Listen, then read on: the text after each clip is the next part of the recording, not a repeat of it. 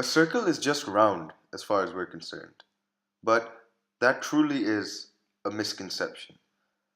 Well, it is round, but that's not all there is to a circle. Let's find out how to graphically, algebraically, and well, prove that a circle is a circle. Hello class. Today we're going to be discussing circles. Now, before we begin with all the formulas and what goes into devolving a circle from a given formula, let's discuss what a circle is. Now, essentially, basically what defines a circle is that the center point is equidistant from any point on the outer part of the circle. So let's say the bottom, the top, the left, the right, and anywhere in between is equidistant from the center. Now that you know what defines a circle, let's move on to how to make a circle, how to graph a circle.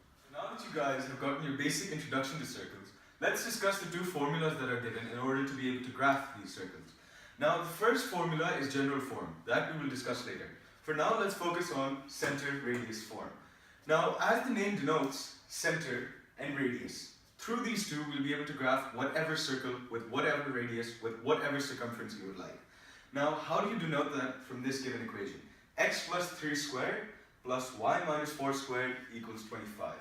Now, to begin with the center, you look at the numbers given on both the y part and the x part. Now, to find the x coordinate of the center, you use this number, number 3. Now, there's a catch. It's not just 3. It's the negative of this given number. Let's say there was a negative 3 here, we would put a positive 3 there. But in this example, there is a positive 3, and then we would put Ismail? Negative 3. Yes, exactly. Thank you. And over here, there is a negative 4. So what would we put instead of that, Latif? 5. 4. Get your together, man. Negative 3 comma 4. So now we have found the center of the circle. Now let's find the radius. 25. Alright? That's the number, that is the sum of this equation. Now, it's not simply 25. That's not the radius. The radius is the square root of this number. And everyone knows the square root of 25. 21. No, it's, oh my god. Guys, please. It's 5. So, through this x plus 3 squared plus y minus 4 squared equals 25, we have been able to denote both the center and the radius of given circle. And through that, we can graph this exact circle. So let's move on to graphing this circle. As you may remember, we found that the center of the circle is at negative 3, 4, which we have marked clearly on our piece of paper. Next, we know that the radius is 5, and so we measure 5 units out from the radius on all the top, bottom, left, and right parts of the circle. Next, you draw the circle pertaining to those 5 points, and voila, you have your circle. Now that we have discussed center radius form, let's move on to general form. Form affiliated with circles, the general form, which is x squared plus y squared plus ax plus by plus c equals to 0. The trick with this is that you cannot graph the circle by using this form, but actually you have to convert it to the center radius form to be able to graph it, which will be shown to you by Ismail Isa. Hi, today we are dealing with the equation 2x squared plus 2y squared plus 4x minus 16y minus 38 equals 0.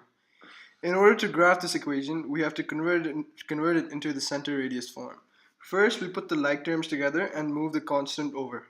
Second, we divide the whole equation by the highest common factor of the two squared variables, which in this case is 2, leaving us with x squared plus 2x plus y squared minus 8y equals 19.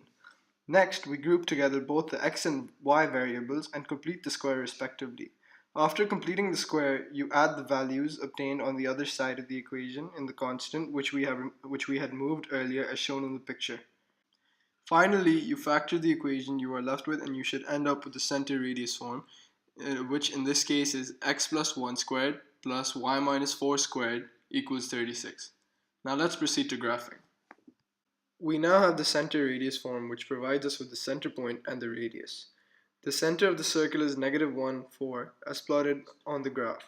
Next, you measure out the radius, which is 6 units away from the center point on the top, bottom, left, and right of the circle.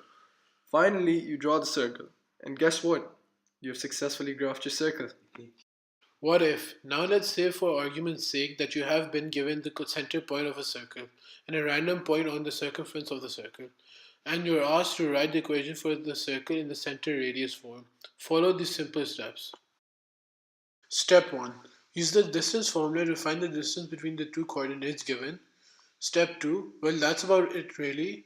You had been provided with the center and now you have to find the radius. Write the equation adhering to the formula of the center's radius form. Now, what if you have been asked to convert center radius form back to general form? Well, to do that, you start with expanding each of the brackets for both x and y respectively. You do this as you have done previously, as we have taught you to do previously. Next, again, as we taught you previously, you combine the like terms. Now you have found all of the values. All you have to do is write them in general form, which is x squared plus y squared plus ax plus by plus c equals 0. And well, that's it. You're done. You have found and you have actually converted center radius form back to general form. You are given the equation to a line and a circle. You have to see if they intersect. How hard can it be? It consists of just a few basic steps as follows.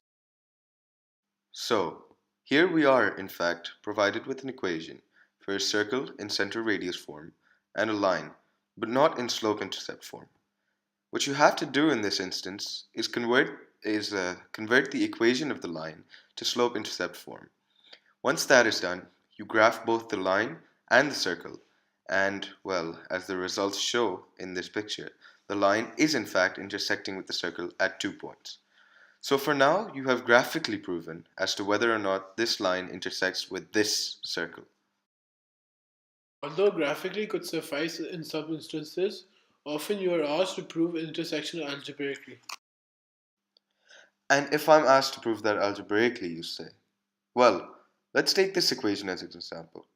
Now what you must do to prove that it intersects algebraically is solve for x. So you replace y with the slope-intercept equation to the point where y is now an x value, which leaves you with another equation. You expand on that equation as we have done previously through this entire video, and when you reach the end, you factor it and find the x-coordinate of the point where the line intersects. To find the y-coordinate of where the line intersects with the circle, you simply have to replace x in the slope-intercept equation with the value we found in the previous part. And the value for that is 2. And as we can see graphically as well, the line intersects at the coordinates we have solved for, x equals 2 and y equals 4. And with that, we come to an end of our circle presentation. What we have discussed today is how to graph circles and various forms of equations of circles, i.e. the center radius form and the general form. We have also discussed how to algebraically prove whether certain lines intersect with certain circles. And with that, back to the studio.